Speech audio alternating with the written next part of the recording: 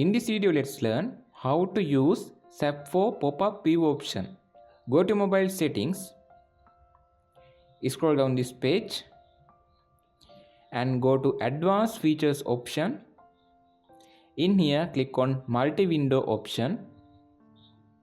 You can see this SAP for pop-up view option. You can enable it. After click on this option, you can see the preview how to enable this feature. You want to swipe from the top corner towards the middle of the screen to change pop-up view. Let's try it now. Now this is pop-up view mode. You can move the window like this.